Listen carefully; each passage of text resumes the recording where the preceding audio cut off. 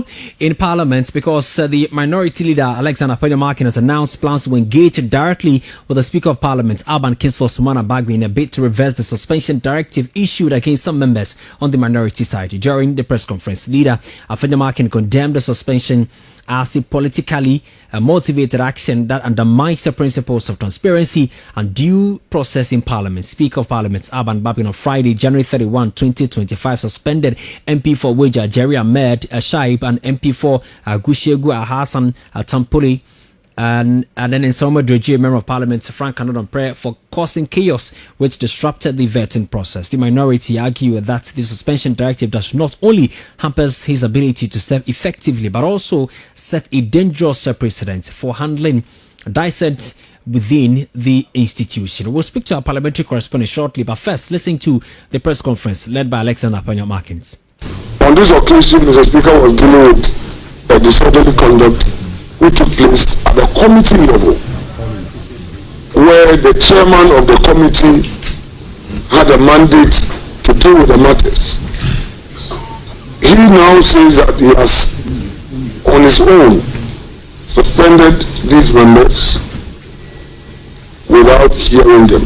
The chair of the committee did not communicate anything to the speaker.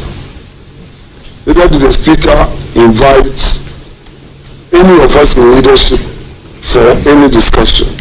In any event, even where there is punishment, our rules are clear. It can be for 4 days, 8 days, or 12 days according to order 130. Can a judge shoot a thief on the streets merely because it is viewed that the person has stolen, without taking him through the process of evidence gathering? What becomes of the old saying that if all men find a man's hand in a till, his guilt must be proven? We are aware that the NDC majority itself has disrespected or disregarded Mr. Speaker's orders. In fact, on a day, one of his consequential orders was to the effect that the selection. So that's Alexander Afenyo. That's the minority leader. Let me go to Parliament and speak to my colleague Avila Kekele, because there's also a presser currently happening. Kekele, good to have you on 12 Live. What's the latest currently from Parliament?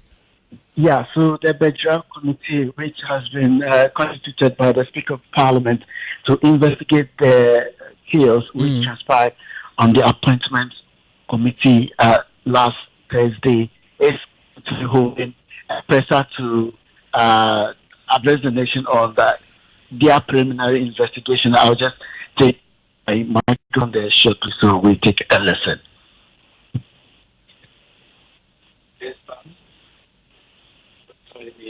A recommendation. To do this, the committee wishes to announce that we have decided to hold a public hearing of all the issues starting from Wednesday here in Parliament at 10 a.m. prompt. We shall expect members of Parliament, the media, the guests, both present at a vetting room, as well as members of the general public, to voluntarily appear to assist the committee with the relevant information on the incident. The committee has created a digital platform, a WhatsApp platform, where we shall receive multimedia evidence, including videos, audio, and tests to facilitate a speedy execution of the committee's tasks. This, I will give the number, and for those who are interested in sending us evidence either by video or any evidence that they have, we'll send it to the clerk, to the committee on 0244 926 911. The number again I want to repeat. Anyone, either from the media house or individuals who were there, who want to send us videos, audios, or any test on the incident, please send it to the clerk of this committee on 0244 926 911. The committee has decided that we will solicit the service of a forensic expert from the Ghana Police Service to assist with the authentication and analysis and validation of any multimedia evidence that will be received from the witness. Starting from this morning or this afternoon, we will start viewing some of the video evidences that Parliament has. The committee will also provide opportunity for in-camera, in-case hearing for persons who may wish to utilize such an avenue to provide useful evidence to assist the committee. Ladies and gentlemen, it is our hope that all citizens will stand with Parliament of Ghana in this trying moment to assist in rebuilding our enviable democratic attributes as we undertake to execute this task. In conclusion, the committee would like to place on record that it is not part of its job to target or witch hunt anyone. And I want to repeat it. We are not here to witch hunt any of our colleagues or members of Parliament.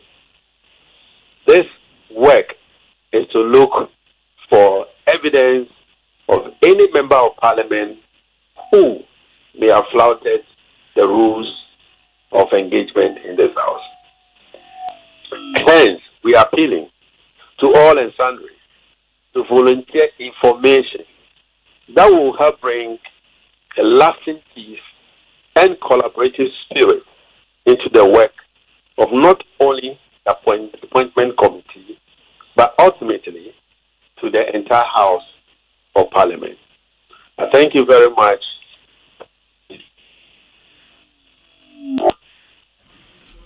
So that's yes, breaking news now. The Bedra committee will be hearing, will be having public hearing in their investigation of what appointment committee between the minority and the majority. If you recall, that very incident, it all had to do with the minority's insistence that the member or the ministerial nominee for health will not be allowed to undergo vetting that very evening, because according to them, that was not the agreement they had with the majority caucus. That led to some quarrels and chaos where some tables were broken with other communication gadgets completely destroyed. This led to the speaker suspending some 4 members of the House who were involved in that scuffle that very day. It is on the back of this that the minority held a press conference earlier today saying that the speaker have exceeded his powers, that he didn't really have that power to suspend any member on any member of Parliament, particularly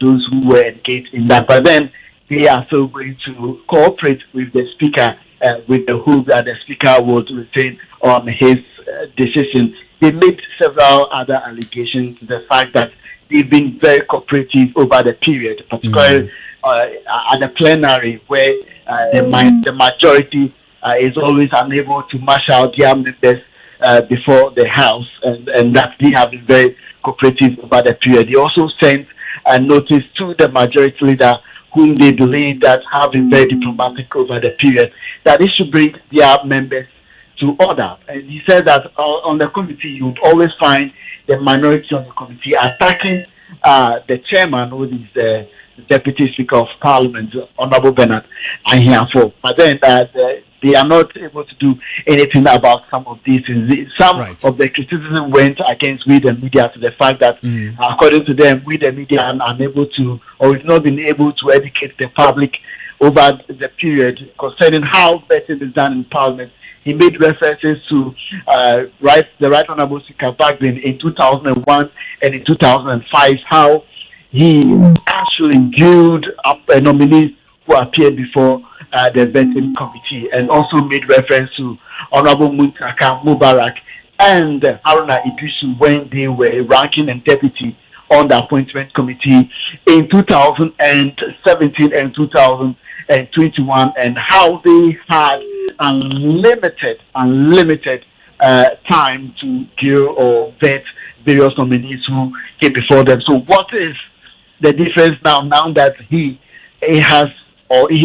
is the ranking on the appointment committee? But then the chairman of the ad hoc committee responsible or in charge of the investigation of what transpired at the appointment committee have indicated that they will be hearing this in public. So members are required to voluntarily bring in evidence of what transpired on the committee. And then there's also a WhatsApp number that will be collating, or whoever have any evidence should send in details to this very WhatsApp number, 0244-926911. If I should repeat, 0244-926911. So that is the breaking stories here in Parliament Hall. Right, Kekeli, thank you so much. We'll get back to you later.